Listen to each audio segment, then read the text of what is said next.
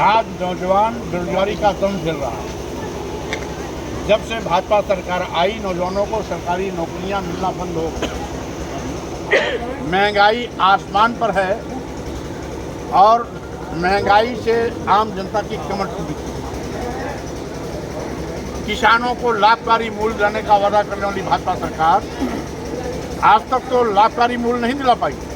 जब जब किसानों के खेत में उत्पादन पैदा होता है तब तब क्रय केंद्र नदारद होते हैं।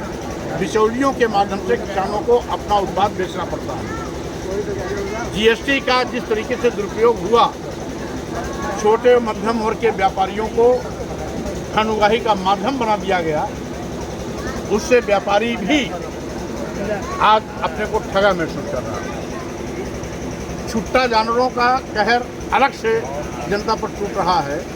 एक और 100-100, 200 के जानवर का झुंड किसानों की फसल को चढ़ के बराबर कर दे रहे हैं, चौपट कर दे रहे हैं। वहीं दूसरी ओर नित्य प्रति सांडों की लड़ाई में या सांडों के मारने से प्रदेश में नित्य प्रति दर्जनों मौतें होती रहती हैं। आज डबल इंजन की सरकार होते हुए भी किसी पर उसकी प्रभावी अंकुश लगाने में फेल हो चुकी है और यही कारण है कि जनता आज नाराज है। और जिस तरीके से लोकतंत्र को कुचलने के लिए विरोधी पार्टी के नेताओं के खिलाफ ईडी, सीबीआई, इनकम टैक्स का दुरुपयोग कर तमाम दर्जनों फर्जी मुकदमे लगा करके उसकी आवाज़ को दबाने कुचलने की कोशिश की जा रही है, यह लोकतंत्र को दबाने का दुस्साहस है। इसलिए आज हमारी मांग है जनता से, रामपुर की जनता से, कि रामपुर आज उत्तर प्रदेश का एक ऐसा खूबसूरत जिला है जहां की आज चाक चौबंद सड़कें देखने को मिलती हैं, अच्छा विकास दिखाई पड़ता है। वो शहर जो कभी शहर में घुसने में आप कामयाब नहीं होते थे, सकरी गलियां थी, आज चौड़ी यहाँ सड़कें हैं। ये आजम खान साहब की देन है। और साथ ही साथ आज आजम खान जी के साथ में इस भाजपा सरकार ने किस तरीके से साजिश के तहत सालों साल जेल में डाला, उनकी पत्नी को जेल में डाला, उनके बेटे अब्दुल्ला को जेल में डाला, इससे भी पेट नहीं भरा, सत्ता उनकी खत्म कराई, सैकड़ों मुकदमे फर्जी लगाए गए। इस तरीके से घटिया राजनीति जिस तरीके से भाजपा ने किया है, आज रामपुर की जनता को जवाब देने का वक्त आया है। समाजवादी पार्टी की प्रत्याशी अनुराधा चौधरी जी यहाँ पर चुनाव लड़ रही हैं। अनुराधा चौहान जी उनके चुनाव चिन्ह साइकिल के सामने बटन दबा करके अनुराधा चौहान को जिताएं। और साथ ही साथ ये बताइए, अनुराधा चौहान तो मुख्यमंत्री योगी आदित्यनाथ को अपना भाई बता रहे हैं। अब कोई किसी को भाई बताए, किसी को रिश्तेदार बताए, माने नहीं रखता। वो आज समाजवादी विचारों के साथ खड़ी है और समाजवादी विचारों के साथ आज वो भाजपा के खिलाफ चुनाव लड़ रही है, तो स्वाभाविक रूप से ये उनकी बहादुरी का दाम देना चाहिए कि उन्होंने हिम्मत जुटाया इस आतंकी सरकार के खिलाफ लड़ने की। उत्तर प्रदेश में एटीएस जो कार्रवाई कर रही है और पीएफआई के काफ़ी सदस्य पकड़े गए हैं, कई जिलों में छापेमारी कार्रवाई हुई है, इसको आप किस तरह? देखिए, राष्ट्र के विरोध में कोई भी काम करता हो, पीएफआई हो, बजरंग दल हो,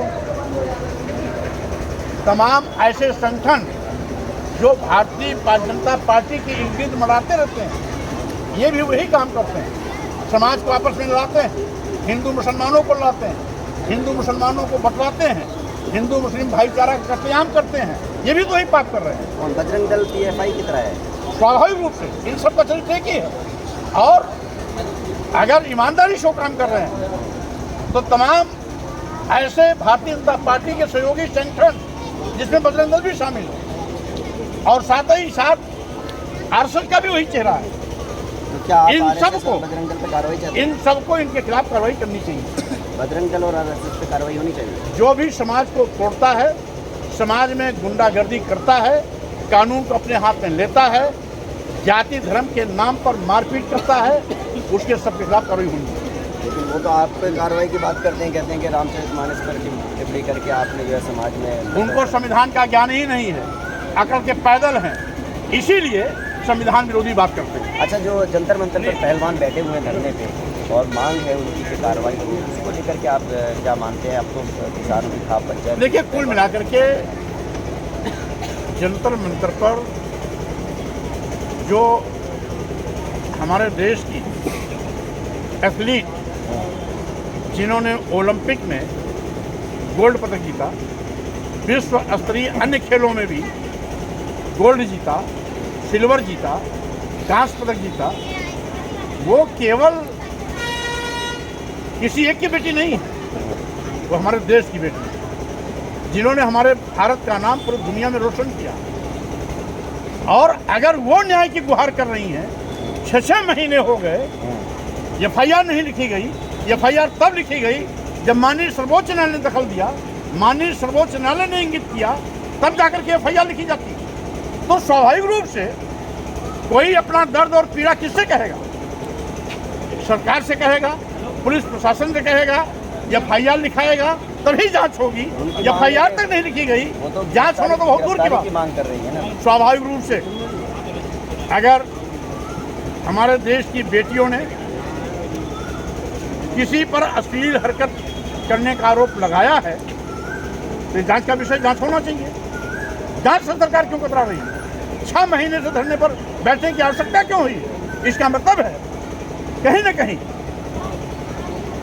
दाल में काला है। तो आप फाइनली मानते हैं कि बजरंग दल पर पीएफआई की तरह कार्रवाई होनी चाहिए? स्वाभाविक रूप से जो भी समाज में हिंसा को माध्यम बनाता है, जो कानून को अपने हाथ में लेता है, जो सरेआम कानून की धज्जियां उड़ा करके लाठी डंडे चला करके जाति के नाम पर, धर्म के नाम पर उन्माद पैदा करता है, उन सब के खिलाफ कड़ी से कड़ी कानूनी कार्रवाई होगी। अतीक अशरफ के परिवार पर जो कार्रवाई हुई है और जिस तरह से शाइस्ता को माफिया, चलो आगे भी मीटिंग लगी है, ये सरकार की सफलता का सबसे बड़ा जीता जागता नमूना है कि 100 पुलिसकर्मियों की सुरक्षा घेरे में 3 कुख्यात गुंडे माफिया अपराधी देर दनादन गोलियों की बौछार कर रहे हैं और सैकड़ों पुलिस की मौजूदगी में भी उन पर पुलिस की एक भी गोली नहीं चल रही है। इसका मतलब क्या है? यह है कानून का खुला मजाक है। सरकारी लोग सरकार के छाया में कानून की धज्जियां उड़ा रहे हैं। आज कानून नाम की कोई चीज नहीं है और साथ ही साथ कोई अपराधी है उसको फांसी होगी, उम्र कैद होगा, क्या सजा होगी, ये न्यायपालिका तय करेगा। इस किसी अपराधी को मारने के लिए अन्य अपराधियों का सहारा लिया जाना ये सरकार की कमजोरी है।